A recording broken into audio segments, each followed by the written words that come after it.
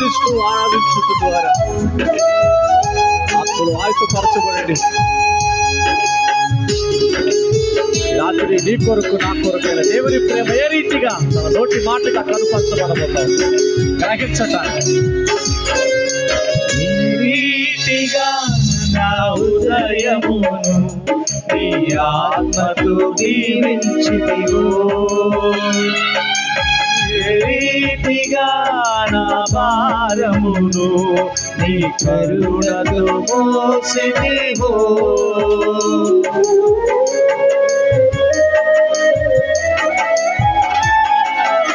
ఏ రీతిగా నా హృదయమును నీ ఆత్మతో దీవించితివో, ఏ రీతిగా నా భారమును నీ కరుణతో మోసితివో, ఏ రీతిగా నా పలుకులు నీ నామమును నిలిపితివో, ఏ రీతిగా నా కన్నీటిని ప్రేమతో తుడిచితివో, ఏ రీతిగా నా పలుకులో నీ నామమును నిలిపితివో, ఏ రీతిగా నా కన్నీటిని ప్రేమతో తుడిచితివో. గలనా చెప్పగలనా, గాయనానే దాయగలనా, గలనా చెప్పగలనా, గాయనానే దాయగలనా.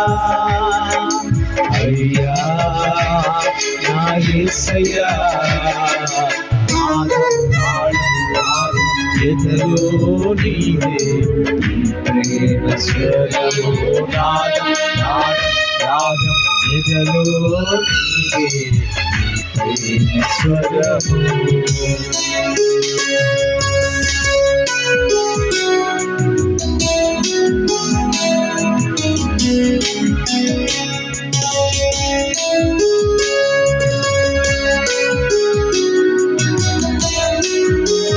చేతితోను రాసిన రాతలు బట్టి నా జీవితపు మాట ఉన్నట్టు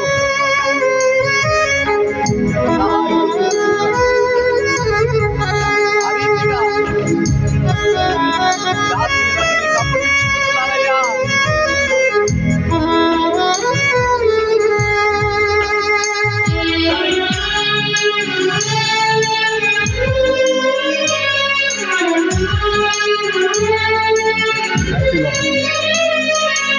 ఏ రీతిగా నా రాతను నీ చేతితో రాసితివో, ఏ రీతిగా నా మాటను నీ మాటతో మలచితివో, మలుచుకోనైనా ఏ రీతిగా నా రాతను నీ చేతితో రాసితివో, ఏ రీతిగా నా మాటను నీ మాటతో మలచితివో,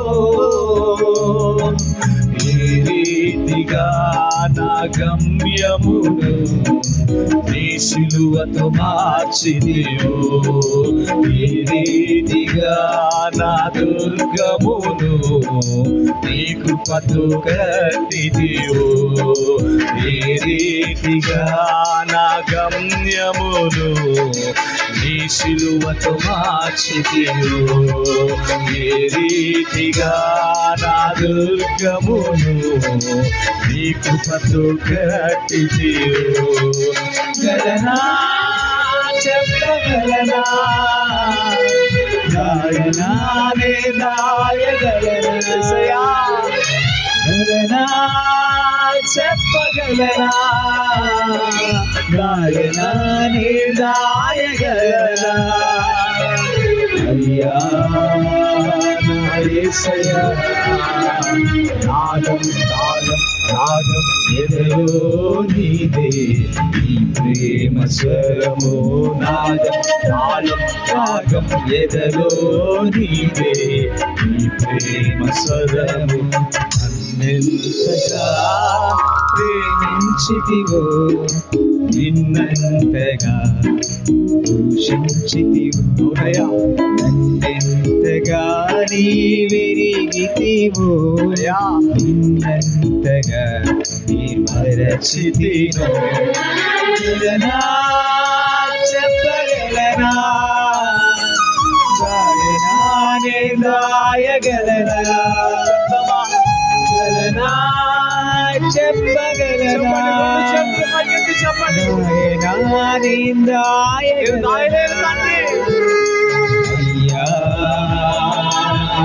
అయ్యా నాదం తాళం రాగం ఎదలో నీదే ఈ ప్రేమ స్వరము నాదం తాళం రాగం ఎదలో నీదే ఈ ప్రేమ స్వరము నాదం తాళం రాగం ఎదలో నీదే ఈ ప్రేమ స్వరము నాదం తాళం ప్రేమ స్వరము నా కొరకు వినాలని ఆశపడుతున్నాను.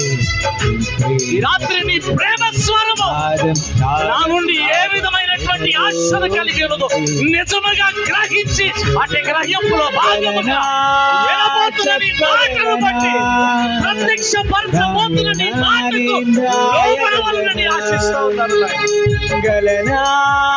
చెప్పగలనా ఈ రాత్రి సహవాసము ఆధ్యాత్మిక జీవితానికి ప్రయోజనకరముగా మార్చబడాలి. అయ్యా నా యేసయ్యా నాదం తాళం రాగం ఎదలో నీదే ఈ ప్రేమ స్వరము నాదం తాళం రాగం ఎదలో నీదే ఈ ప్రేమ స్వరము. రెండు చేతులు ఆకాశమును తాకునంతగా ఎత్తండి. అనగానే హృదయాన్ని ఆయన పాదముల దగ్గర పెట్టినాను. నీ హృదయం ఆయన పాదముల దగ్గర పెట్టి రాత్రి రాత్రి రాత్రిని ప్రత్యక్షను కాంక్షించ మిగిలిన ఆశ కలిగిన వానిగా ఉన్నాను. రెండు చేతులు ఆకాశము తాకున అనగానే హృదయాన్ని ఎత్తిపండి. గలనా చెప్పగలనా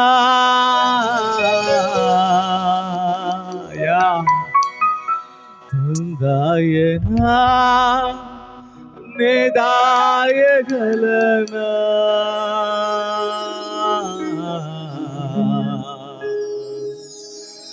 అయ్యా అయ్యా నా యేసయ్యా నాదం తాళం రాగం ఎదలో నీవే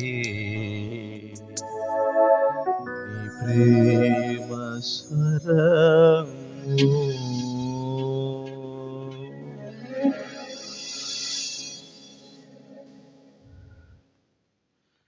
మధురమైన నీ ప్రేమ స్వరాన్ని మధురాతి మధురముగా ఆస్వాదించటానికి అయ్యా ఈ రాత్రికాల సమయమందు ఆత్మలో నన్ను ఆయుత్తపరిచిన దైవమానికి స్తోత్రం. అందుకొరకు నువ్వు ఆయుత్తపరుచుకొని నీ సన్నిధికి నా కొరకు నీవు నడిపించండి దాసుని బట్టి నీకు వందనాలు అయ్యా. తండ్రి నీ రాకడ ఆలస్యమై మరి ఒక దినము నా మా జీవితంలో మేము చూడగలిగితే రేపటి ప్రాతः కాలము నీ బలలో పాలు పంపులు పొందుట కొరకు ఏ విధముగా నన్ను నేను ఆయుత్తపరుచుకోవాలో ఈ మట్టుకు గ్రహించిన దానికంటే కూడా అధికముగా గ్రహించుట కొరకు కావలసిన కృపా సహాయమును నీ పాదముల దగ్గర సాష్టాంగ పడుతుండగా ఆశ కలిగి కోరుతూ ఉంటుండగా నీ మాటల ద్వారా నీ మాటల మకరందమును ఆస్వాదింపచేయు దేవుడు అయిన నీవు నీ దాసుని ముఖాంతరములో నుండి కనుపరుచుకొనబోతున్నందుకు నీకు స్తోత్రం. అప్పగించుకొనుచున్న వారమై నాతో మాతో మాట్లాడబోతున్న మా రక్షకుడైన క్రీస్తు మహోన్నత నామమున ప్రార్థించి స్తుతించి పొంది ఉన్నాము తండ్రి. ఆమెన్. నేర్చుకొనుటకు నీ యొద్ద యేసు కూర్చుండి విందునయ్యా. నేర్చుకొనుటకు నీ యొద్ద యేసు కూర్చుండి విందునయ్యా. నేర్పించు యేసయ్యా, నేర్పించు యేసయ్యా, మా మంచి బోధకుడా. నేర్పించు యేసయ్యా, నేర్పించు.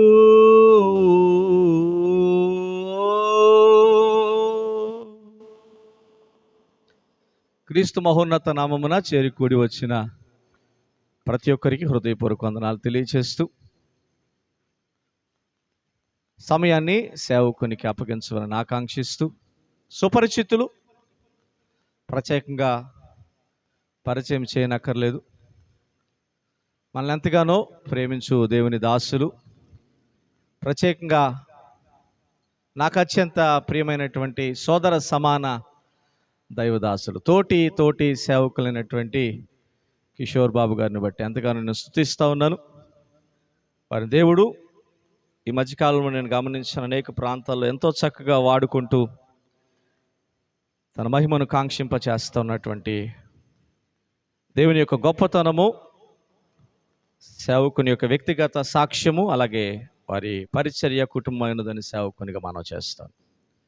మరి చక్కటి సాక్ష్యము కలిగిన దైవదాసులు మన మధ్యలోనికి రావటము నిజంగా మనందరికీ ఆశీర్వాదకరం. నమ్మిన వారు హల్లెలూయా చెప్పండి ఒకసారి. హల్లెలూయా.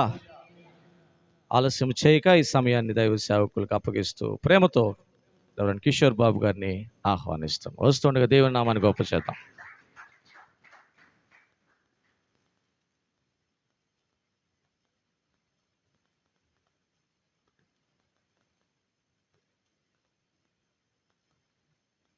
యేసుక్రీస్తు పరిశుద్ధ నామమున నాకు ఈ అవకాశం ఇచ్చిన దేవదేవునికి, అలానే నన్ను ప్రేమతో ఇక్కడికి ఆహ్వానించినటువంటి స్థానిక సంఘ కాపరి గారికి, అలాగే పాస్టమ్ గారికి, చేరి వచ్చిన మీ అందరికీ నా హృదయపూర్వకమైన శుభాలు, షాలోమ్ తెలియజేస్తా ఉన్నాను.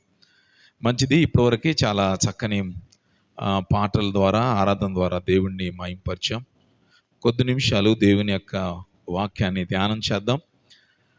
నేను మరొక కూడికి నేను వెళ్ళాలి, అందుకని కొంచెం నన్ను మీరు ఫాలో అవ్వాలని కొంచెం త్వరగా చెప్తుంటే కొంచెం మీరు అర్థం చేసుకుంటారని నేను ఆశపడుతున్నాను. 2వ సమూయేలు గ్రంథం 20వ అధ్యాయం. 2వ సమూయేలు గ్రంథం 20వ అధ్యాయం 21వ వచనాన్ని చదువుకుందాం. 2వ సమూయేలు గ్రంథం 20వ అధ్యాయం 21వ వచనాన్ని చదువుకుందాం. బిక్రీ కుమారుడగు షబా అను ఎఫ్రాయిము మన్యపు వాడు ఒకడు రాజైన దావీదు మీద ద్రోహము చేసి ఉన్నాడు. మీరు వానిని మాత్రము అప్పగించుడి, తోడనే నేను ఈ పట్టణము విడిచిపోదునని చెప్పగా, ఆమె యోవాబుతో, చిత్తము, వాని తల ప్రాకారము పైనుండి పడవేయబడునని చెప్పిపోయి తాను యోవాబుతో పలికిన యుక్తిగల మాటలను జనులందరికీ తెలియజేయగా, వారు బిక్రీ కుమారుడు షబా యొక్క తలను ఛేదించి యోవాబు దగ్గర దాని పడవేసిరి. చాలు. దేవుడు మన వినికిడిలో ఈ మాటలు దీవించి ఆస్వాదించునుగాక.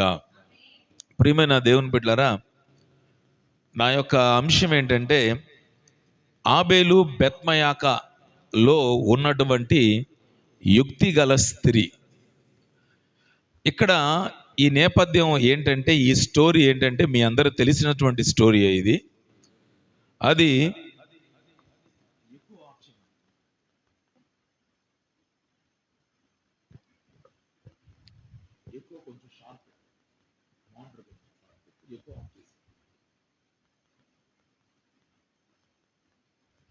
కొంచెం గెయిన్ దేవునికి స్తోత్రం. రైట్.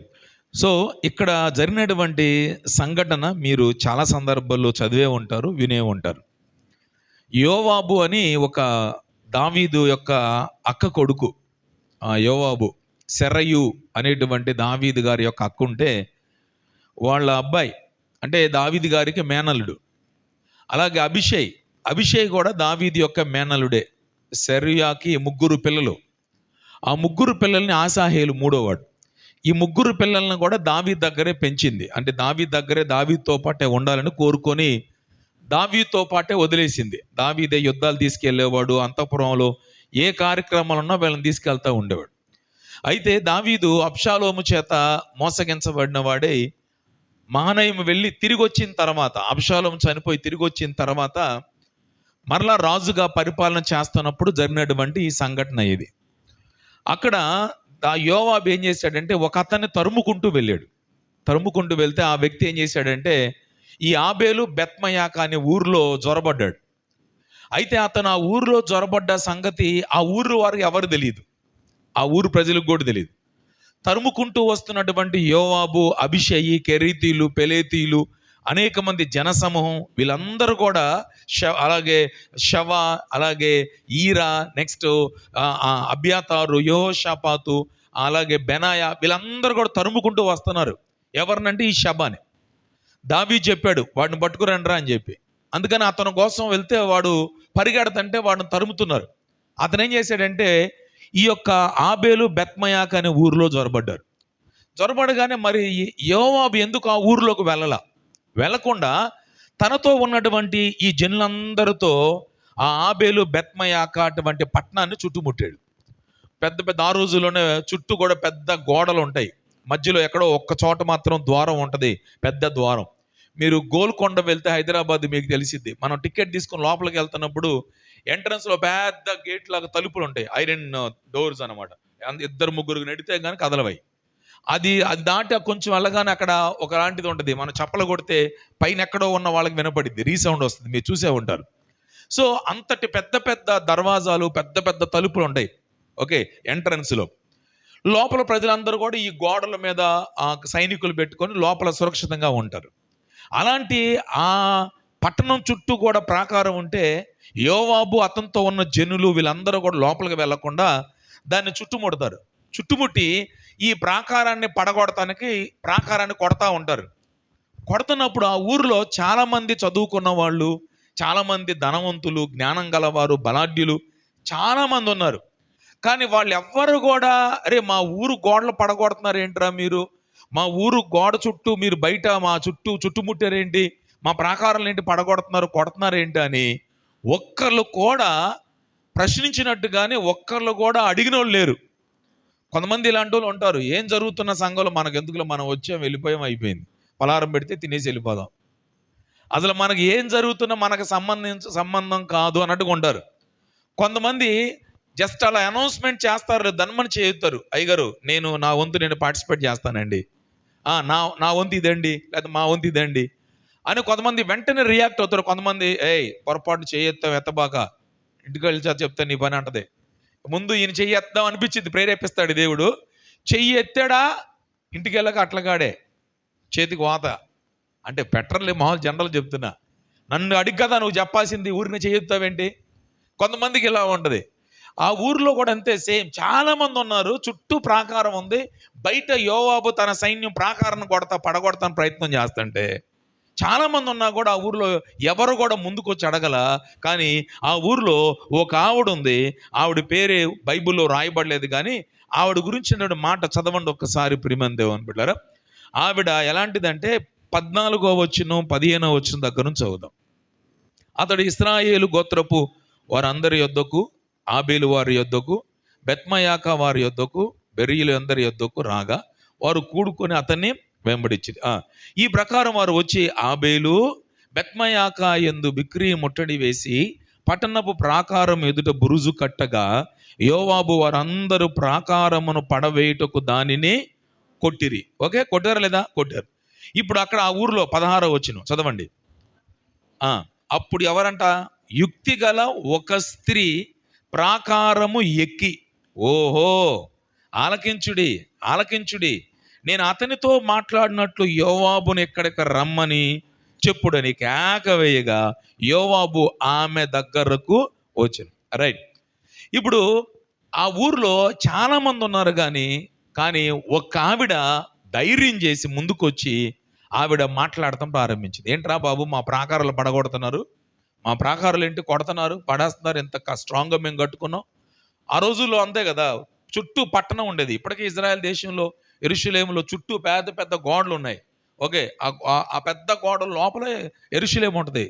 సో దేవాలయము ఇవన్నీ కూడా అలాంటిది. ఆ రోజుల్లో ప్రతి పట్టణానికి కానీ అన్నిటికి కూడా చుట్టూ కూడా గ్రామానికి పెద్ద పెద్ద గోడలు ఉండే. ఆ గోడలు పడగొడుతుంటే ఎవ్వరు మాట్లాడపోయేసరికి ఈవిడ ధైర్యం చేసి ముందుకు వచ్చింది. ఈవిడలో ఉన్న మొదటి లక్షణం ఏంటంటే, ఒకటి యుక్తి గల స్త్రీ. చెప్పండి ఎవరు? ఇంగ్లీష్లో బాగుంటుంది, వైజ్ ఉమన్ అని ఉంటుంది. యుక్తి, కుయుక్తి. కుయుక్తి అంటే అసలు మేము ఎప్పుడు వినలేదు, మాకు తెలియదు అన్నట్టు చూస్తున్నారు మీరు. విన్నారా లేదా? కుయుక్తి అంటే విన్నంటారండి.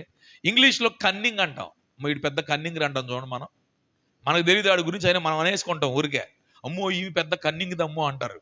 పాపం ఆమె చాలా మంచిదే, నువ్వేదో పైన చూసి అలా అనుకుంటావు. అందుకే తొందరగా ఎప్పుడు కూడా don't judge by its cover bro అంటారు చూడండి.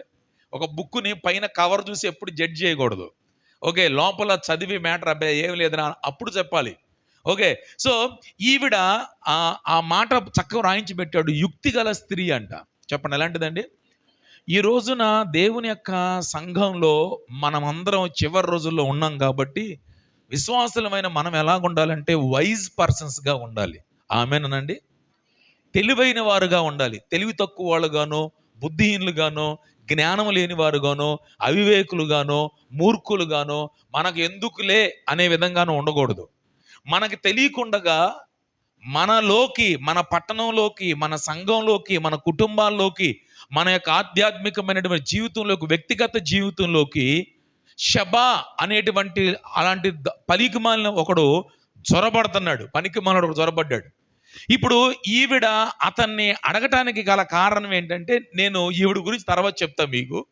అసలు ఈవిడ ఎందుకు ఇలాంటి స్త్రీగా ఈవిడ లక్షణాలు ఉండయో నేను మీకు తర్వాత చెప్తా. అయితే వీళ్ళందరూ కూడా ఎందుకు ఈ ప్రాకారం పడగొడుతున్నారంటే ఒకటే కారణం ఏంటంటే, లోపల జొరబడ్డ షబాని పట్టుకోవాలి. లోపలికి షబా అనేవాడు వెళ్ళాడు.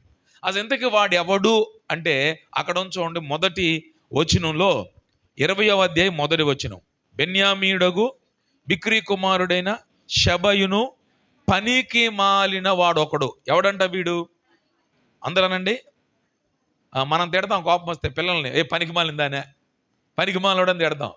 పనికి మాలినోడు ఉన్నాడంట. ఎక్కడంటే దావీదు రాజు దగ్గర.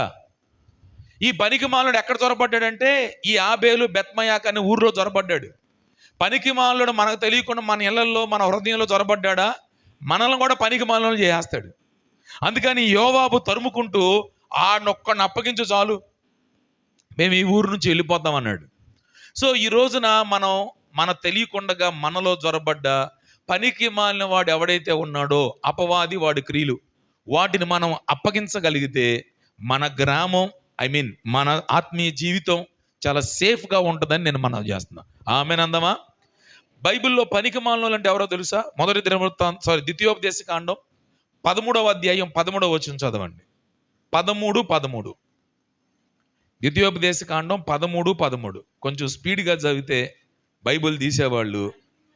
పనికి మాలిన కొందరు మనుషులు నీ మధ్య లేచి, మీరు ఎరగని ఇతర దేవతలను పూజింతుము రండని తమ పుర నివాసులను ప్రేరేపించినని నీవు వినిన ఎడల. పనికి మాలిన ఏం చేస్తారంటే, అధ్యాత్మం ఇచ్చేద్దాం, అది పూజిద్దాం, ఇది పూజిద్దాం అని చెప్పేసి దేవుడు కాని దానిని పూజిద్దాం రండి అని చెప్పి ప్రేరేపిస్తారంట. ఎవరు? కొంచెం గట్టి చెప్పండి, ఎవరండి? పనికి మాలినోళ్ళకు ఉండే లక్షణం ఏంటి తెలుసా? దేవుని కాని దానిని పూజిద్దాం రండి అని ప్రేరేపిస్తారంట. మరి పనికొచ్చేవాళ్ళు ఏం చేయాలి? దేవుణ్ణి పూజిద్దాం రండి అని ప్రేరేపించాలి. ఎంతమందిని ప్రేరేపిస్తున్నారు మీరు? మందిరానికి వస్తే ఈరోజు సండే చర్చికి వెళ్దాం రండి ప్రేరేపిస్తున్నారా? మీ భర్తని, మీ భార్యను, మీ పిల్లల్ని, ఏమండి మీ ఇంట్లో వారిని చర్చికి వెళ్దాం రండి అని ప్రేరేపించేవారు పనికొచ్చేవాళ్ళు. వేరే దాన్ని పూజిద్దాం రండి అని చెప్పేవారు పనికి మాలినోళ్ళు. అలాగే ప్రియమైన దేవుని బిడ్డలారా, రాజుల మొదటి గ్రంథం 21వ అధ్యాయం 10వ వచనంలో మనందరికీ తెలిసినటువంటి భాగమే ఏంటంటే, యెజెబెలు 2 పనికి మాలినోళ్ళని పెట్టింది. ఎవరి మీద అంటే నాబోతు మీద. ఆహాబుకి నాబోతు ద్రాక్ష తోట కావాలి. బాగా పండింది ద్రాక్ష తోట. ఆ తోట కావాలని చెప్పి నా ఆహాబు అడిగితే నాబోతే నేనెవను, ఇది నా పితరుల కష్టార్జితం అన్నాడు. అనగానే వెంటనే పాపం మూతి ముడుచుకొని ఇంటికి వచ్చేసి పడుకున్నాడు. పడుకొని వాళ్ళ ఆవిడ వచ్చి లేవయా భోంచేయి అంటే నేను చేయను అమ్మ అన్నాడు. ఏంది అలాగున్నావు బాగాలేదా అంటే, కాదు ఇదిగో మన నగరం అనుకునే ద్రాక్ష తోట నాబొద్దు ఉంది, అది బాగా పండింది, నేను అడిగాను నాకు ద్రాక్ష తోట ఇవ్వయా మా నగరంలో కలుపుకుంటానంటే అతను అన్నాడు నేను ఇవ్వను, ఇది మా పితరుల కష్టార్జితం అన్నాడు. అనగానే ఓ సిదేనా, నువ్వు లేచి భోంచేయి, రేపు పొద్దున కల్లా అది నీ కాళ్ళ దగ్గర ఉంటుంది అంది. అని యెజబెల్ ఏం చేస్తుంది తెలుసా ప్రియమైన దేవుని బిడ్డారా, 2 అబద్ధ సాక్షులను పెట్టుకుంది. ఎంతమందిని? ఆడవాళ్ళకి ఎంత జ్ఞానం ఇచ్చాడు తెలుసా మీకు? నిద్ర లేకుండా చేస్తారు, కంప్లీట్ నిద్ర కూడా చేయగలరా? అవునా? సంసోన్ని చక్కగా పడుకోబెట్టిందా లేదా? ఎవరు? ఏం సార్ చెప్పరండి సార్ మీరు. సంసోన్ని పడుకోబెట్టింది, లేకలా జుట్టు మొత్తం కూడా తీసేసింది. అలాగే యెజబెల్ అంది ఏలియాని, రే ఏలియాగా రేపు పొద్దున్న నీ తలకాయ కోట కూడా కట్టేస్తాను తలకాయ తీసి. ఏడ నిద్రపోతున్నాడు? బద్రీ వృక్షంకి చాలు తీసేసుకున్నాను అన్నాడు. అంటే అంత. ఈ మధ్య మీరు కూడా బస్సుల్లో అసలు మగవాళ్ళని ఎక్కనిట్లేదంటగా, ఇసిరి బయట పడేస్తున్నారంట. నిజమేనా? ఎంత పవర్ ఇచ్చారండి మీకు గవర్నమెంట్ వాళ్ళు. కదిలితే ఇదివరకు ఆడవాళ్ళ పక్కనేమో స్త్రీలను గౌరవించడం మన సాంప్రదాయం అని రాస్తారంట, మగవాళ్ళ పక్కన దొంగలున్నారు జాగ్రత్త అని రాస్తారంట. పురుషుల వైపు దొంగలున్నారు జాగ్రత్తను, ఆడవాళ్ళ వైపేమో స్త్రీలను గౌరవించడం మన సాంప్రదాయమా? ఇప్పుడు 2 వైపులు ఆలే కూర్చుంటున్నారండి. మనం ఏ ఆటోనో చూసుకొని వెళ్ళిపోవటమే. ఓకేనా? ఈ యెజబెల్ ఏమన్నా సామాన్యురాలదా? కానే కాదు. చూడండి, భర్త అడిగాడని అతను ఇవ్వలేదని చెప్పి అతని మీద అబద్ధ సాక్ష్యం చెప్పి కోర్టులోకి వేసేస్తే, కోర్టులో ఆహాబు గెలిచాడు, నాబోతు ఓడిపోయాడు. అతను తీసుకెళ్లి ఊరు బయట రాళ్లతో కొట్టి చంపేశారు. ఎవరు చెప్పబట్టి? 2 పనికిమాలినోళ్ళు. ఏం చెప్పబట్టి? అబద్ధ సాగు. అంటే అబద్ధాలు చెప్పేటువంటి వారందరూ ఎవరంటే చెప్పొచ్చు? పనికిమాలినోళ్ళు. పనికిమాలినోళ్ళు అది పూజిద్దాం ఇది పూజిద్దాం అని చెప్పి ప్రేరేపిస్తారంట. పనికిమాలినోళ్ళు అబద్ధ సాక్ష్యాలు చెప్తారంట. సామెత గ్రంథంలో 16వ అధ్యాయము 27వ వచనంలో ఒక మాట చదవండి. సామెతలు 16:27.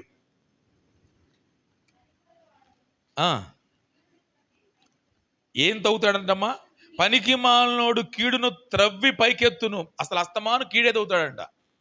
నువ్వు అది చేసే విడి చేసి అయిపోయిందిగా తీసేయమ్మా అంటే, ఎందుకు తీస్తాను నేను? అసలు అది మామూలు విషయం అంటది.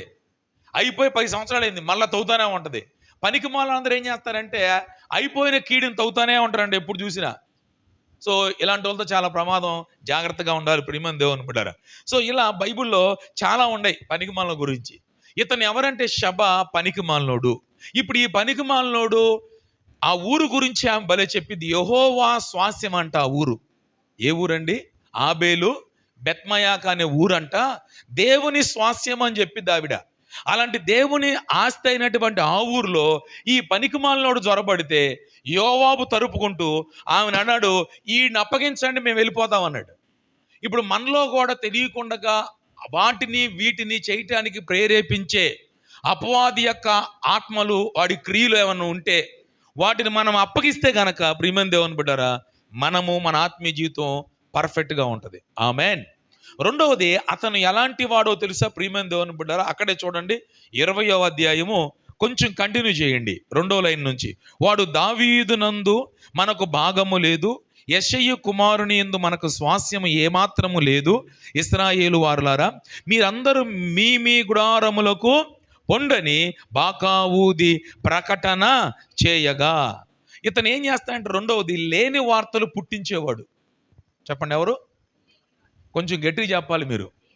ఏం పుట్టిస్తాడు? బైబిల్లో ఉందిగా నిర్గమాకాండంలో, లేని వార్త పుట్టింపకూడదు అని చాలా స్పష్టంగా దేవుని యొక్క వాక్యము మనకి బోధిస్తూ ఉంది. దేవునికి స్తోత్రం. ఎవరైతే లేని వార్తలు పుట్టిస్తారో ప్రియమైన దేవుని బిడ్డరా, వాళ్ళకి నిజంగానే దేవుని యొక్క కోపము, దేవుని యొక్క శాపము వాళ్ళ మీదకు వస్తుంది.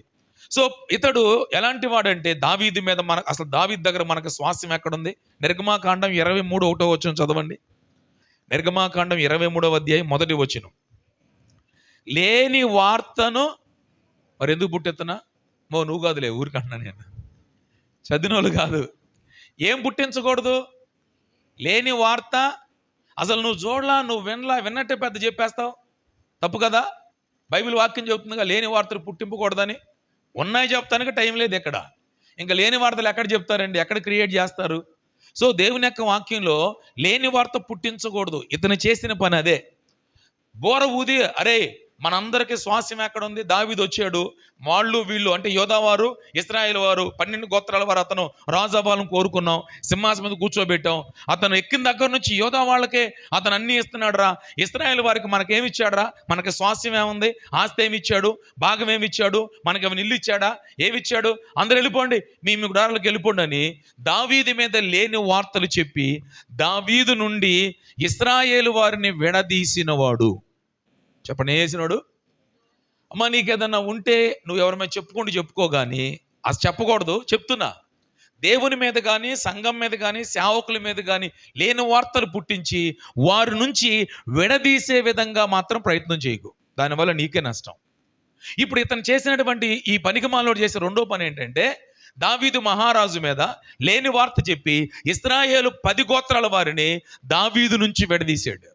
సాతానుగాడు ఈ చివరి రోజుల్లో ఎవరో ద్వారా విడదీయుడు, నీ పక్కనే కూర్చుంటుంది, వచ్చి రోజు ఆదివారం నీ పక్కనే కూర్చుంటు చూడు, వాక్యం చెప్తుంటే నీ గురించే చెప్తున్నాడే వింటున్నావా, ఇందాడి నుంచి ఎంత కోపంతో చెప్తున్నాడు చూసావంటే, ముఖానికి ఏం పెట్టిద్ది, పవిడి చెంగు పెట్టిద్ది. బాగా చెప్పావు, పవిడి చెంగు గట్టి పెట్టిద్ది.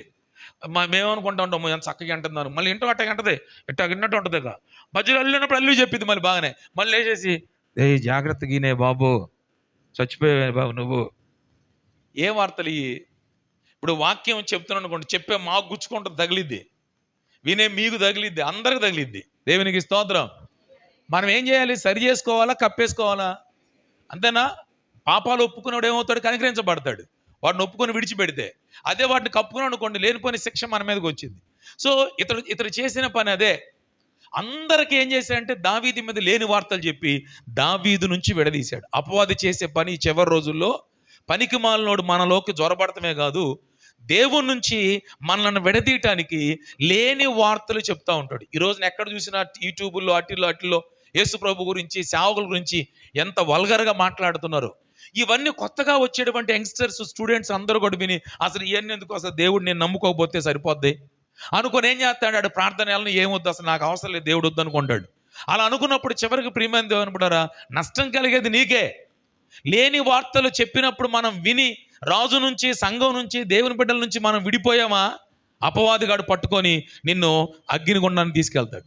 సో ఇతను చేసిన పని, రెండో పని ఏంటంటే, రాజు మీద అబద్ధ సాక్ష్యాలు, అబద్ధం లేని వార్తలు చెప్పి రాజు నుంచి విడదీశాడంట. ఆ తర్వాత మీరు చూడండి అమ్మా, 20వ అధ్యాయమే, 2వ సమూయేలు గ్రంథం 20వ అధ్యాయం 2వ వచనం చదవండి. ఇశ్రాయేలు వారందరూ దావీదును విడిచి బిక్రీ కుమారుడైన షెబను వెంబడించిరి. ఎవరిని వెంబడించారు? ఏమంటే ఈ రోజున మనం వెంబడించాల్సింది మనం సేవకులనా, లేకపోతే పెద్ద పెద్ద ఇంటర్నేషనల్ స్పీకర్స్నా, లేకపోతే అసలు వీళ్ళందరికీ జ్ఞానం ఇచ్చి వీళ్ళందరి ద్వారా తన నామాన్ని మహింపరుచుకున్నటువంటి యేసు ప్రభుని వెంబడించాలా? గట్టి చెప్పండి, ఎవరిని? ఈ రోజున హడావుడి, జమిక్లు, మిమిక్రీలు, గత్తర లైటింగ్లు అవి పెట్టి ఎంతోమంది యంగ్స్టర్స్ని అట్రాక్ట్ చేస్తున్నారు చాలామంది. వాళ్ళందరూ కూడా అతనికి వాక్యం చెప్పడం రాకపోయినా అతను ఏం చెప్తే అదే పర్ఫెక్ట్, ఎందుకంటే వాడికి బైబిల్ చదవడం రాదు. బెరయా సంఘస్థ అలాంటి వాళ్ళు కాదు, పౌలు శీలలు సైతమే వాక్యం బోధిస్తుంటే అలాగుందా లేదా అని పరిశీలించేవాళ్ళంట. విశ్వాసులు మనం గుడ్డిగా నమ్మటం కాదు, దేవుని బిడ్డలం ఎవరేం చెప్తే నమ్మేయటం కాదు, అసలు నిజంగా బైబిల్ అలా ఉందా లేదా. ఈ రోజున కలిపి చెరిపేటువంటి బోధకులు చాలా మంది బయలుదేరారు. చెప్పే కదా, లేని వార్తలు చెప్పేసి ఒకటి దేవుని నుంచి విడదీస్తారు. అలాగే లేని వార్తలు చెప్పి ప్రియమైన దేవుని బిడ్డలారా, దేవుణ్ణి వెంబడించడం ఆపేసి వాళ్ళను వెంబడించుకునేవారుగా చేసుకుంటారు. ఇది చాలా డేంజర్. మనం వెంబడించాల్సింది అపోస్తున్న పౌలు కాదు. పౌలు ఎవరు? కేఫా ఎవరు? ఒక నాటాడు, ఒక నీళ్లు పోసాడు, కానీ వృద్ధి చేసింది ఎవరు? దేవుడే. దేవునికి స్తోత్రం. మనను వృద్ధిపరిచే దేవుడే కనుక మనం అందరం కూడా వెంబడించాల్సింది ఎవరిని? దేవుడినే.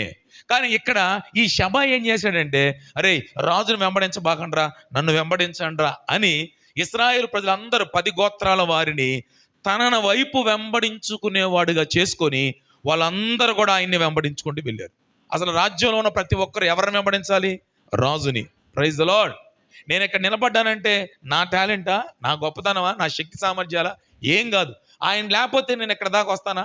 ఆయన లేకపోతే ఇక్కడ మాట్లాడతానా? ఆయన లేకపోతే నేను నా బడాయి మాటలు నేను చెప్తానా? ఏమండి, ఇక్కడ నిలబడాలన్నా వాడుకోవాలన్నా ఎవరిని బట్టి వాడబడుతున్నాం మేము? యేసుక్రీస్తుని బట్టే. అలాంటిది మీరు మమ్ములు వెంబడిస్తే మీకు ప్రయోజనం ఏముంటుంది? అవునా కదా? మేము అందరూ ఎవరిని వెంబడించాలి? ప్రభు అయిన పేతురు, యోహాను, యాకోబులు చేపలు వలలు కడుక్కుంటూ ఉన్నారు. యేసు ప్రభు వచ్చి చూసి అన్నాడు, పేతురు, యోహాను, యాకోబులు, మీ వలలు విడిచిపెట్టి నన్ను వెంబడించండి. ఇప్పటి వరకు మీరు చేపలు పట్టేవారుగా ఉన్నారు, ఇక మీద నేను మిమ్మల్ని మనుషులు పట్టే జాలరుగా చేస్తాడు. స్తోత్రం చెప్పండి కొంచెం గట్టిగా. ఎవరు చేయాలి మనం ఇప్పుడు? యేసు ప్రభుని వెంబడిస్తే మనుషులు పట్టే జాలరుగా చేస్తారు. 12 మంది శిష్యులు అనేక దేశాలు వెళ్ళారు కాబట్టి, వారు యేసును వెంబడించారు కాబట్టి, తోమా గారు కూడా మన భారతదేశం వచ్చి సత్యసువార్త ప్రకటించాడు కాబట్టి, ఈ రోజున భారతదేశం ఇటు పక్క మద్రాసులో స్టార్ట్ అయిన ఆ సువార్త నార్త్ వరకు దేవుని యొక్క సువార్త పాకిపోయింది. Praise the lord. ఏమండి, వాళ్ళు యేసును వెంబడించారు. వాళ్ళను ఆ విధంగా చంపుతున్నా సరే మీరు మమ్మల్ని వెంబడించబాకండి. మీరు ఎవరిని వెంబడించాలి? యేసునే. యేసు కొరకు హతసాక్షులు అయ్యారు. అపోస్తలుడు పౌలు అన్నాడు, బ్రతుకుట క్రీస్తే, చావైతే లాభం. ఎవరి కోసం బ్రతికాడు పౌలు గారు? యేసయ్య కోసమే. ఎవరి కోసం సమస్తాన్ని పెంటవలే ఎంచుకున్నాడు? యేసుక్రీస్తు కోసమే. ఎవరి కోసం వెనుకున్న మరచి ముందున్న వాటి కోసం వేగిరపడ్డాడు? యేసుక్రీస్తు కోసమే. హల్లెలూయా. మంచి పోరాటం పోరాడాను, ఇక నా పరుగు తుదముట్టించాను. ఎవరి కోసం? ప్రభు అయినా యేసుక్రీస్తు కోసమే చెప్పాడు.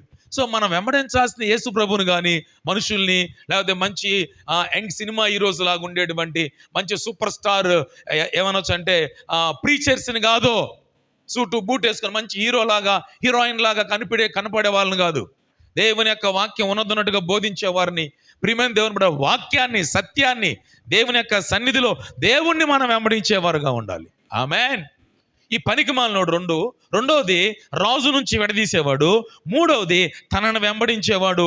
ఎక్కడ చొరబడ్డాడంటే ఆబేలు బెత్మయాక్ అనే ఊర్లో చొరబడ్డాడు. వాడిని అప్పగించమ్మా అంటున్నాడు ఇతను. నాలుగోది మీరు చూడండి, అక్కడే 20వ అధ్యాయంలో 4వ వచనం చదవండి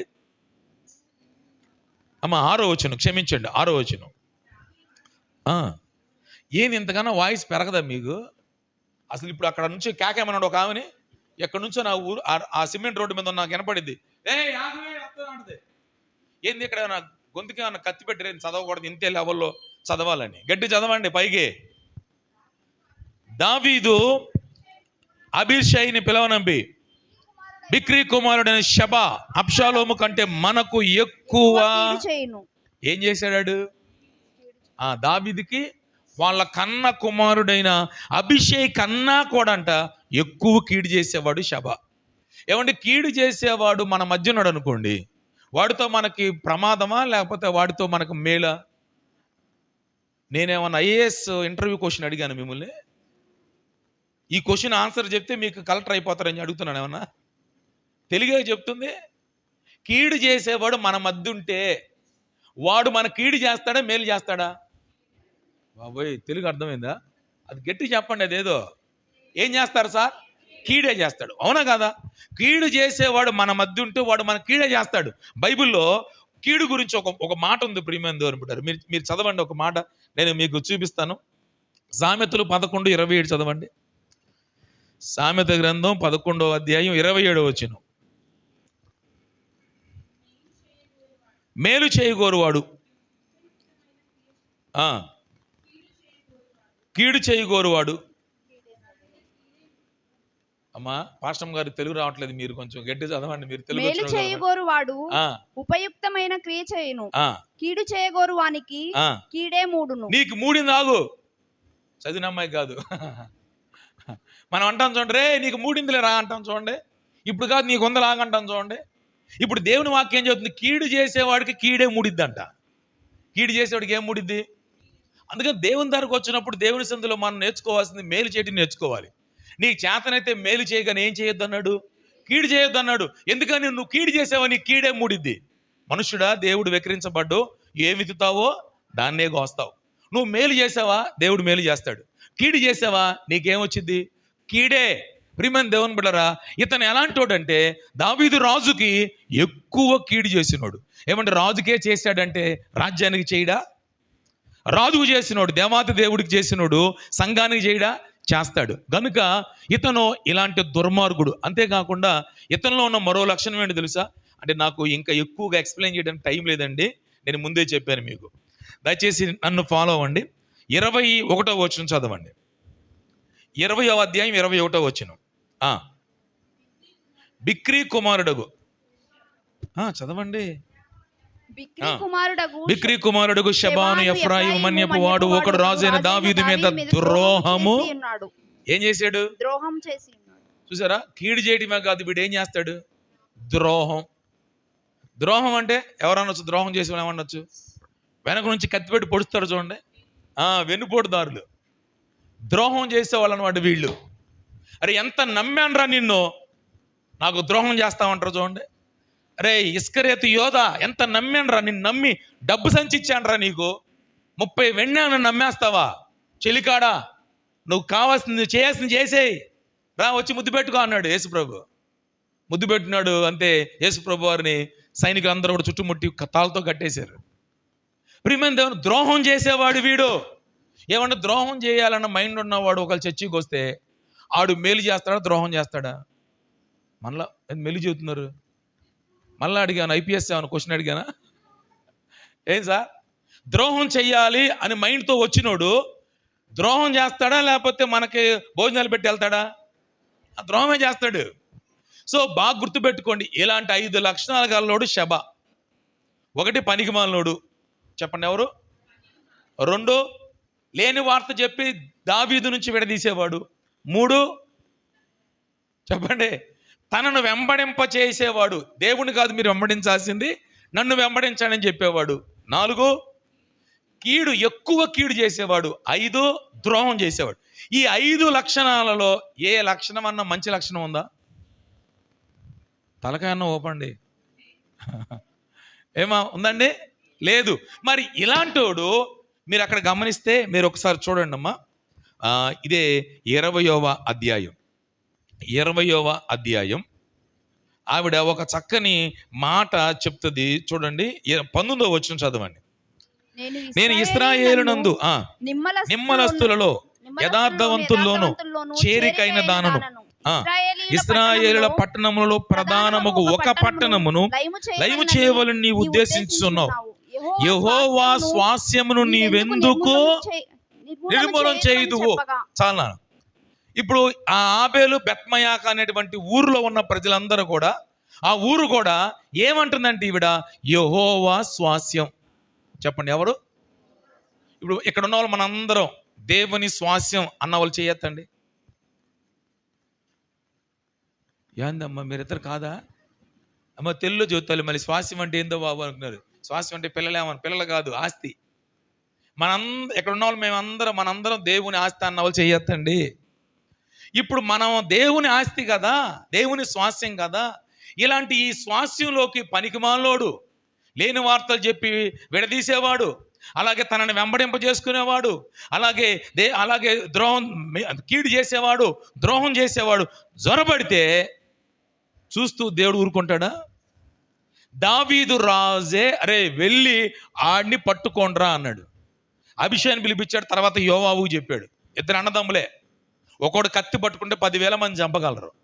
ఇప్పుడు యోవాబు, అభిషేయి, అలాగే షవ, అలాగే ఈరా, అలాగే అబ్యాతారు, సాదోకు, నెక్స్ట్ యెహోషాపాతు, అలాగే బెనాయా, వీళ్ళందరూ కూడా బయలుదేరి, కెరీతీలు, పెలేతీలు అందరూ బయలుదేరి తరుముతుంటే మరి ఎప్పుడు వాళ్ళ కన్నులు కప్పేశాడు? సెక్యూరిటీ గార్డ్స్ కన్నులు లోపల దొరబడ్డాడు. అందుకే మనకు తెలియకుండా ఈ చివరి దినాల్లో మన ఆత్మీయ జీవితంలోకి జొరబడి మనము సరిగా ప్రార్థన చేసుకోకుండా, భక్తి చేసుకోకుండా, ఉపవసించకుండా, మందిరానికి రాకుండా, బల్లలో చేయి వేయకుండా, దేవుని యొక్క మాటలు వినకుండా, దేవుని యొక్క వాక్యాన్ని చదవకుండా, ప్రియమైన దేవుని బిడ్డలారా, దేవునికి ఇవ్వాల్సిన ప్రథమ ఫలాలు దేవునికి ఇవ్వకుండా అపవాది మనల్ని ఏం చేస్తా ఉంటాడంటే జొరబడి వాడి కార్యకలాపాలు మనకు తెలియకుండా వాడు మనలో జరిగించడం ప్రారంభిస్తాడు. ఈ విషయాన్ని మనకు తెలియదు. తరుముకుంటూ వస్తున్నాడే యోవాబుకి తెలిసింది. సరే చుట్టుముట్టారు కదా, ఆ గోడలు పడగొడుతున్నారు. ఇప్పుడు ఒక ఆవిడ బయలుదేరింది. ఈవిడలో ఉన్న లక్షణం ఏంటంటే, 1 యుక్తి గల స్త్రీ.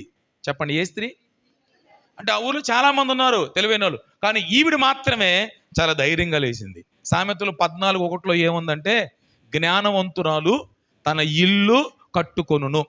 ఎవరికి తెలివితేటలు ఉంటాయో ఈ చివరి దినాల్లో వాళ్ళ యొక్క ఆధ్యాత్మికమైన జీవితాన్ని వాళ్ళు కట్టుకుంటారు.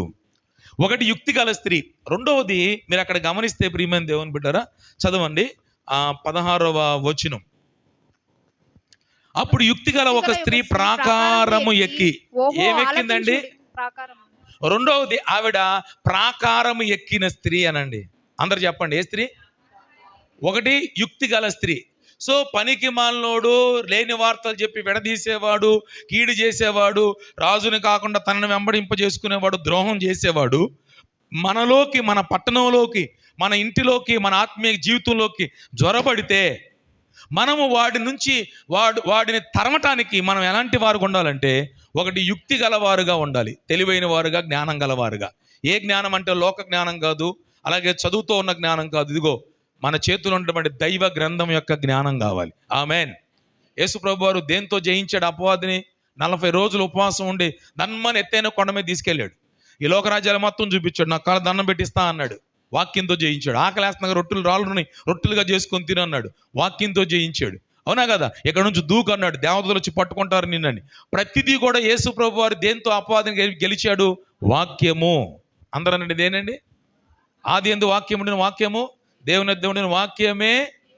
అవునా? దేవరాత్రులు ఈ వాక్యాన్ని ఆనందించు ధ్యానించేవాడు ధన్యుడు. అట్టివాడు నీటి కాలంలో ఎవరు నాటబడిన వాడై ఆకు వాడిపోక తన కాలమందు ఫలమిచ్చు చెట్టులాగా ఉంటాడు. ఈ వాక్య జ్ఞానం లేకపోతే నిజంగా మనకు తెలియకుండా మనలో జ్వరబడ్డ ఈ శబా లాంటి ఆ అపవాది యొక్క క్రియలను మనం ఎన్నడూ కూడా లయపరచలేము. సో యుక్తిగా ఉండాలి. రెండవది ప్రియమైన దేవుని బిడ్డలారా, ఈవిడ ప్రాకారం ఎక్కిందంట. ఏమెక్కింది? అసలు మనం ఆ మెట్లెక్కి రావాలంటే ఎంత కష్టమో. ఆడదాకా బాగానే వస్తాం, అక్కడి నుంచి మెట్లెక్కి లోపల రావాలంటే ఈడ పెద్ద అగ్నిగుండం లాగా ఉంది. మరి ప్రస్తుతానికి అలాగే ఉందండి, చెప్తున్నా మామూలుగా. లోపల రావాలంటే ఎంత భయమో మనకి. మరి ఈవిడ ఏమెక్కింది? ప్రాకారం ఎక్కింది. ఏమండి, ప్రాకారం ఎక్కితే కదా ఈ కింద ఉన్న వాళ్ళందరూ మన ప్రాకారాన్ని కొడుతున్నారు అన్న సంగతి తెలిసిద్ది. ఎక్కకపోతే నీకేం తెలిసిద్ది? మోషే సీనాయి పర్వతం ఎక్కమన్నాడు, ఎక్కాడు. 9500 అడుగులు ఉంటుంది ఎత్తుది. మేము రాత్రి 9ంటికి బయలుదేరితే మధ్యరాత్రి 1:30 అక్కడికి వెళ్ళాం. 1 గంటకి, 1 గంట సేపు అక్కడ ఉండి మరలా తిరిగి 2ంటికి బయలుదేరి వస్తే 7ంటికి వచ్చాం. కిందకి 7 గంటలకు దిగాం.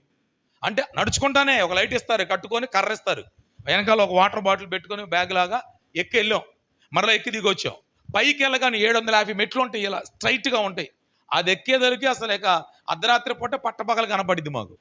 కళ్ళు కనపడితే అంట, చూడండి, కళ్ళు బయర్లు గమని అని, చుక్కలు కనపడితే అంటమే అట్ట కనపడ్డాయి. అలాంటిది చాలామంది మాకన్నా వయసులో పెద్దోళ్ళు కూడా ఎక్కారు, ముసలోళ్ళు ఎక్కారు అక్కడికి ఎక్కాలని. అసలు నిజంగా అలాంటి కొండ మీదకి మోషే ఒక్కడే ఎక్కెళ్ళాడంటే దేవుని యొక్క ధర్మశాస్త్రం పొందుకున్నాడు అక్కడ. స్తోత్రం. దేవుడు తన స్వహస్తాలతో రాసిన 10 ఆజ్ఞలను పొందుకున్నాడు అక్కడ. ఏమండి, ఎక్కకపోతే ఎలా వచ్చిందండి? కర్మేలు పర్వతం మీద ఈ యొక్క ఏలియా ఎక్కాడు. ఎన్నాళ్ళు మీరు 2 తలంపుల మధ్య ఉంటారు? ఏలియా దేవుడైతే యెహోవా దేవుడైతే ఆయన్ని సేవిద్దాం, బయలు దేవుడైతే ఆయన్ని సేవిద్దాం, రండి తేల్చుకుందాం అని చెప్పి కర్మేలు పర్వతం ఎక్కాడు. అక్కడ సవాలు విసిరి దేవుని యొక్క అగ్ని కుమ్మరించి యెహోవాయే నిజమైన దేవుడు రుజువు చేశాడు. Praise the Lord. నువ్వు ఎక్కకపోతే ఎలా సవాలు విసురుతావు, ఎలా రుజువు చేస్తారండి? ఏమంటే రూపాంతరం కొండ మీద యేసు ప్రభువారు పేతురు, యోహాను, యాకోబుల్ని తీసుకొని వెళ్ళి పేతురు ఎదుట ఆయన రూపాంతరం పొందినప్పుడు మహిమలో యేసు ప్రభువారు, మోషే, ఏలియా ముగ్గురు కూడా అక్కడ కనపడగానే పేతురు అన్నాడు, అయ్యా మీకు ఒక పర్ణశాల, ఏలియా గారికి ఒక పర్ణశాల, మోషే గారికి ఒక పర్ణశాల కడతానయ్యా అన్నాడు. ఎక్కకపోతే ఆ దర్శనం చూసేవాడా? ఆ గొప్ప మహిమను చూసేవాడా? ఎక్కి రావాలి. ఇంట్లో కూర్చుంటే ఏం చూస్తావు? టీవీనో ఫోన్ చూసుకుంటూ కూర్చుంటావు. ఎంతసేపు రిమోట్లోకి అది ఇది కళ్ళు ఎండిపోయి కళ్ళంటే చొక్కా కూడా రాకుండా డ్రై అయిపోయినా సరే ఏం వదలో? Phone వదలో, TV వదలో. మరి నువ్వు అక్కడ వదిలి వస్తే కదా ఈ అనుభవాల్లో గుండా వెళ్ళేది. ఒరే పర్వతానికి పిల్లని తీసుకుని వెళ్ళాడు ఇస్సాకు, పడుకోబెట్టాడు, కత్తెత్తాడు. అబ్రాహాం ఆగ్రా బాబు అన్నాడు. ఇందును బట్టి నీవు దేవునందు భయభక్తులు గలవాడవని నాకు అర్థమవుతుంది. ఇదిగో ఆ పొదలో ఉన్నటువంటి పొట్టలు తీసుకొచ్చి వధించి నీ కుమారుడు వదులు అన్నాడు. ఏమండి, అక్కడికి ఎక్కకపోతే దేవుని స్వరం వినపడేదా? అబ్రాహాం గారికి ఎప్పుడు ఎక్కుతారు చెప్పండి? మిద్దె మీదకి ఎక్కాడు పేతురు గారు.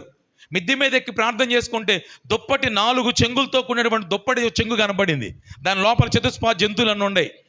పేతురు తినమయ్యా అన్నాడు. ప్రభా, నేను యూదుని కదా, అవి అపవిత్రమైనవి, మీ అపవిత్రమైన తినమన్నాడు. నేను వాటిని పరిశుద్ధపరిచా, తింటాను, నీకేంటి అన్నాడు. నువ్వు పరిశుద్ధపరిస్తే నేను తింటానయ్యా అన్నాడు. అప్పుడే కదా అన్ని జనాంగానికి సువార్త వచ్చింది. దేవునికి స్తోత్రం, హల్లెలూయా. ఏమండి, ఎక్కితే కదా మిద్దె ప్రార్థన అనుభవం ఎక్కాలిగా. ఎక్కితే కదా నీకు అన్ని కనపడి నీ చుట్టూ ఏం జరుగుతుందో. నేను ఎక్కనో ఇలాగే ఉంటా, నేను ఎక్కడ ఇక్కడే ఉంటా అంటే ఎలా రా, వదిలిపెట్టి ఆ నిద్ర, ఆ షోలమితి లాగా ఇదిగో రాత్రి వేళ పరుండి నా ప్రాణపురిని వెతికి తినట్టుగా పరుండి కాదు వెతకాల్సింది, లేచి ఇదిగో లేచి కొంచెం దూరం వెళ్ళి ఆ సమాజ మందిరాలు అన్ని దాటి, ఆ సంత వీధులు దాటి, ఆ పొలాలు దాటి, ఆ వీధులు దాటి, కావల వారిని దాటి ముందుకెళ్ళిందంట. అప్పుడు కనపడ్డాడు తన ప్రాణప్రియుడు. అతను కనపడగా అతను వదిలిపెట్టగా గట్టిగా పట్టుకొని తన తల్లి ఇంటికి తోడుకొచ్చిందంట. స్తోత్ర. ఏమండి, వదిలిపెట్టి రాకపోతే ఎలా నీకు తెలిసిద్ది, ఎలా జ్ఞానం వచ్చిద్ది? అందుకే ఎక్కాలి. దేవునికి స్తోత్రం. అందరం చూద్దాం హల్లెలూయా. సో ఎక్కేటువంటి అనుభవం ప్రతి ఒక్క విశ్వాసికి ఉండాలి. ఈవిడ రెండోది ఏం చేసిందంటే ప్రాకారం ఎక్కింది. మూడోది మీరు చూడండి అక్కడ ప్రియమైన దేవుని బిడ్డ 20వ అధ్యాయం కంటిన్యూ చేయండి అక్కడ. ఓహో ఆలకించుడి, నేను అతనితో మాట్లాడినట్టు యోవాబును ఇక్కడికి రమ్మని చెప్పుడని కేక వేయగా యోవాబు ఆమె దగ్గరకు. దేవునికి స్తోత్రం చెప్పండి. ప్రియమైన దేవుని అర్థం చేసుకోండి. ఈ చుట్టూ కూడా కింద ఉన్న వాళ్ళందరూ పడగొడుతుంటే ఈమె ఎక్కి చూడగానే రే ఎవరు రా మీరు పగలగొడుతుంది, ఏ ఊరు రా మీరు అంటే అమ్మ మాదే లేదమ్మా, మా అందరి మీద ఉంటా మేస్తారు ఒక ఆయన ఉన్నాడు. ఎవడు రా ఆయన? యోవాబు. యోవాబుని పిలవయా, ఎడు రమ్మను, ఆయనతో నేను మాట్లాడాలని చెప్పి అంది. అనగానే యోవాబు అక్కడికి వచ్చాడు ఆమె దగ్గరికి. ఈవిడ ఆమె దగ్గరికి అతని దగ్గరికి వెళ్ళా, అతనే ఈవిడ దగ్గరకు వచ్చాడు. నాకేమనిపించింది అంటే ధైర్యం గల స్త్రీ. ఎవరు అందరూ చెప్పండి, ఏ స్త్రీ అండి ఈవిడ? హల్లెలూయా. ఈ చివరి దినాల్లో దేవుని బిడ్డలో మనందరికీ ధైర్యం ఉండాలి. ఆమేనండి. ఎక్కడ చూసినా కూడా దాడులు చేస్తున్నారు, లేనిపోయి అన్ని క్రియేట్ చేసి భయభ్రాంతులు చేస్తున్నారు. ఏం పర్లేదు చేసినా ఎప్పుడైనా ప్రాణం పోవాలి. అయితే ఎక్కడ ప్రాణం పోతే పరలోకం వెళ్తాం లేదు చూసుకోండి. అందుకని మనం ఈ లోకంలో ఉన్న నాళ్ళు ధైర్యంగా బతకాలి. ఆమేన్ చెప్దాం అందరూ ఆమేన్. ఆ తర్వాత ఆవిడ యోవాబు దగ్గర రాగానే అంది, ఏమయ్యా నేను నీతో మాట్లాడొచ్చా అంది. బలిదానమమ్మా మాట్లాడమ్మా అంది. అనగానే అప్పుడు ఆవిడ ఈ విషయం మొత్తం చెబుతుంది. ఏంటయ్యా నువ్వు చేసే పని ఏంటి? యెహోవా స్వాస్థ్యాన్ని నువ్వు నిర్మూలన చేద్దామని చెప్పి వచ్చావా? ఇది దేవుని స్వాస్థ్యం, ఇది ఈ ఆబేలు బెత్మయాక ఊరు పట్టణం, ఇందులోని మనుషులందరూ కూడా ఇశ్రాయేలు వారు, అందులో నేను ఒక ఆమెని, అలాంటిది ఈ పట్టణం మొత్తం నాశనం చేద్దామని చెప్పి వచ్చావా నువ్వు? ఏంటి అసలు నీ కథ కమేసి చెప్పింది. అనగానే బలిదానమమ్మ అసలు అది కాదు మ్యాటర్ అన్నాడు. సంగతి అది కాదు అన్నాడు. ఏమన్నాడు? అసలు నీకు అర్థం కాట, సంగతి అది కాదు. మీ ఊర్లో మీకు తెలియకుండా ఒక పనికి మనలోడు చొరబడ్డాడు. రాజు అలాగే అబద్ధం లేని వార్తలు చెప్పి రాజు నుంచి విడదీసి వచ్చాడు. అలాగే అంతేకాక తన వైపు తిప్పుకున్నవాడు వచ్చాడు, రాజు కీడు చేసినవాడు వచ్చాడు, అలాగే రాజుకు ద్రోహం చేసినవాడు వచ్చాడు మీ ఊరిలోకి. అనగానే ఈవిడ బెత్తరపోయింది. ఏంది అంత పెద్ద గేటు, అంత మంది సెక్యూరిటీ గార్డ్స్, వాళ్ళందరూ కన్నులు కప్పి లోపలికి వచ్చాడా మా ఊరిలో కాడు అని చెప్పి ఒక్కసారిగా ఆశ్చర్యపడింది. సో ధైర్యం గల స్త్రీయే కాదు, ఆవిడ మాట్లాడిన స్త్రీ. అందరు చెప్పండి, ఏ స్త్రీ? కొంతమంది మెట్లెక్కి వస్తారు, ధైర్యంగానే ఉంటారు. ఎక్కడ రాగానే ప్రార్థన అనగానే చాలు 10 ఆవులించి ఆవులిచ్చింది. ఎక్కేవుగా మెట్లు, వచ్చేవుగా లోపలికి, వచ్చిందాన్ని మాట్లాడాలా వద్దా? ఏం సార్ మాట్లాడాలి వద్దా?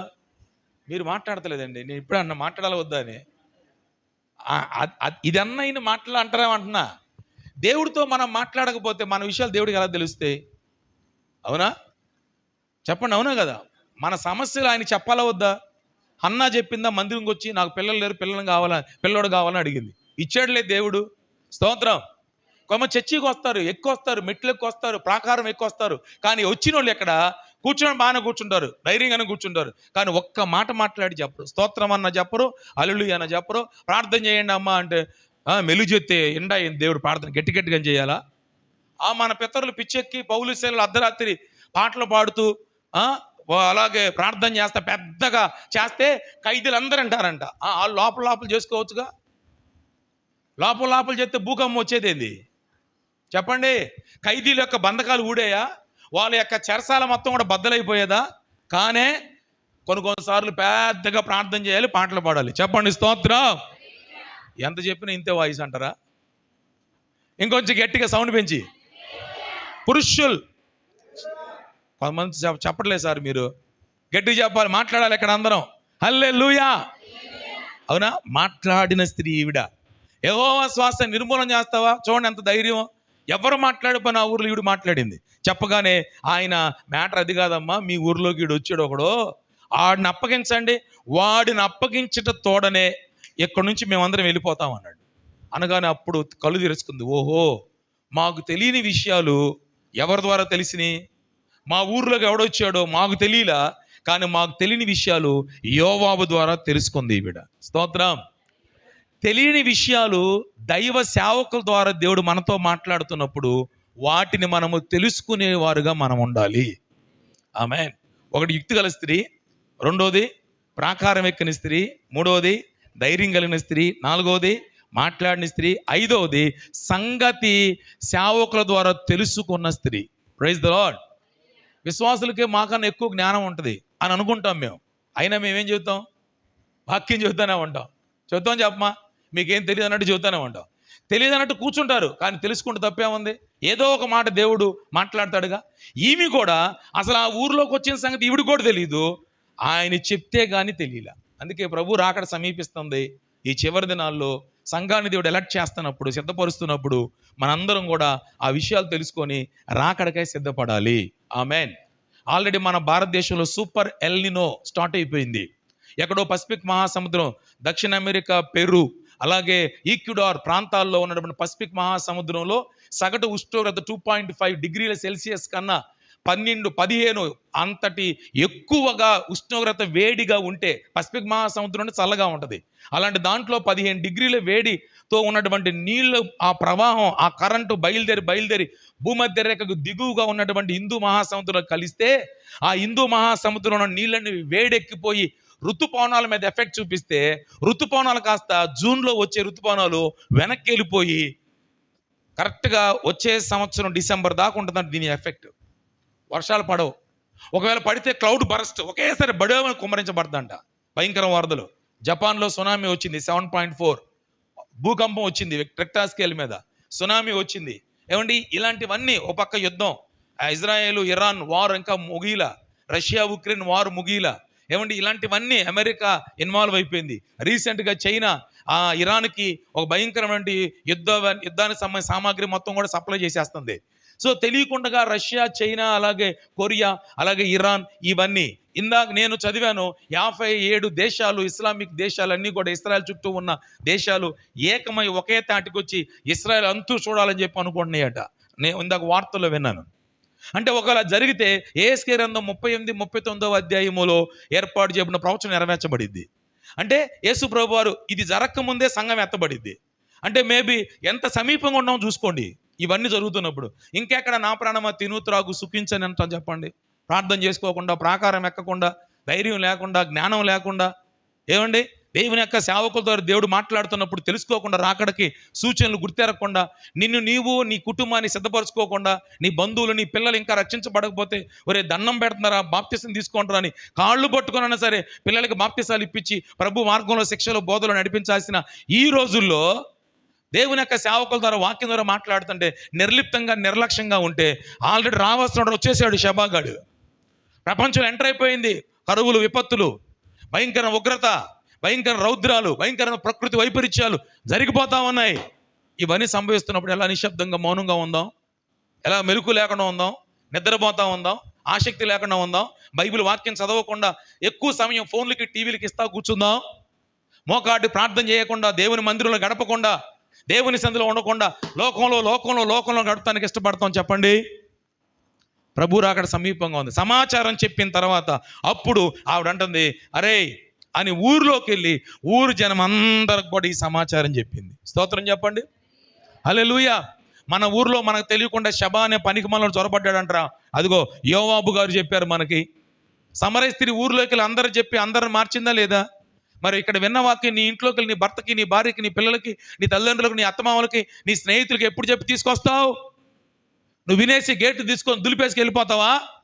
ఎప్పుడు ఫ్రెష్ మైండ్తో వచ్చి కూర్చుంటావా? రేపు పొద్దున దేవుడు లెక్క అడుగుతాడు. జాగ్రత్త.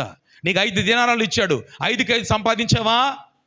5 రాజ్యాల మీద దేవుడు నిలబెడతాడు. 3 ఇచ్చాడు, 3కు 3 సంపాదించాలి. 1 ఇచ్చాడు, తవి భూమిలో దాచిపెడుతున్నావా? చెడ్డ దాసుడా అంటాడు.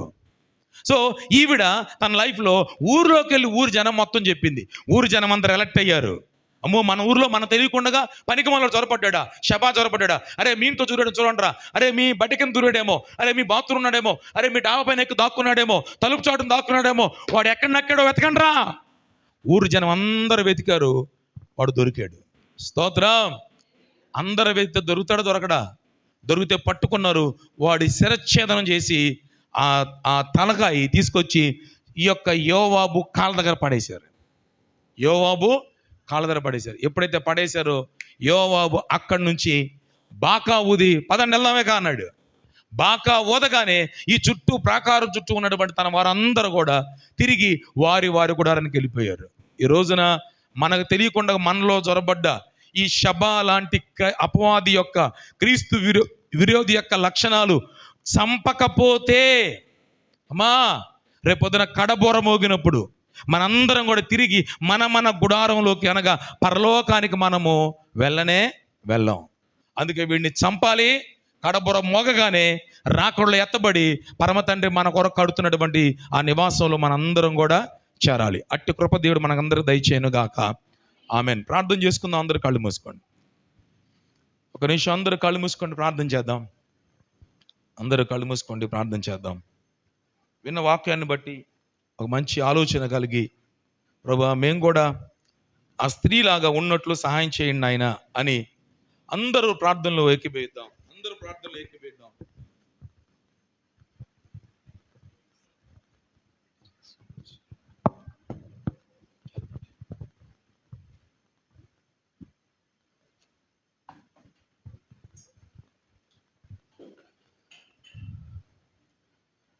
విన్న మాటలను బట్టి ప్రతి ఒక్కరు దేవుడిని అడగండి.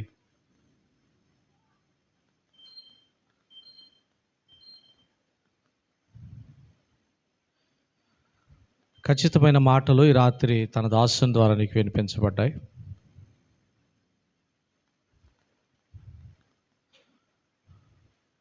తెలియచేయబడినటువంటి సంగతులు మరలా మీకు నేను జ్ఞాపకం చేయాలని కాదు, కానీ మా ప్రార్థన చేస్తున్నారా, మాట్లాడుతున్నారా దేవునితో, లేకపోతే ఏమరపాటుగా ఉన్నారా?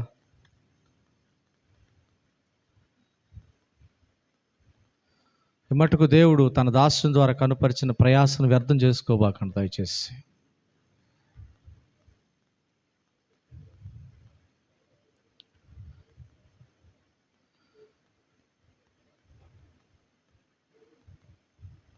ఒక విషయం మీ మనసులోనికి తీసుకోవాలని రావాలని ఆశపడుతున్నాను.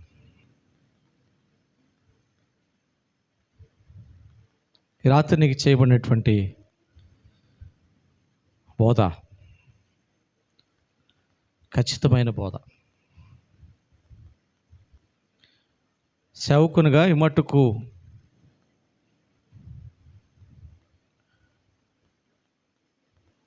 దేవుని ఏర్పాటులో భాగమైనటువంటి దాసుని ద్వారా వినిపించినటువంటి మాటలను చెవుల్లో నుండి హృదయంలోనికి జొచ్చుకున్నావు అనేటువంటి నమ్మిక మీ కొరకు ఏర్పాటు చేయబడిన దాసుడైన నేను కనుపరచుచున్నటువంటి వాడినై. మరి యొక్క మాట నీ చెవులోనికి ప్రత్యేకంగా చివరి ఉపవాస ప్రార్థన సహవాసము నందలి రాత్రి ఇంకొక మాట, ఏ విధంగా నువ్వు ప్రేరేపించబడ్డావో, ఏ విధంగా నువ్వు పురికొల్పబడ్డావో నాకు తెలియదు, కానీ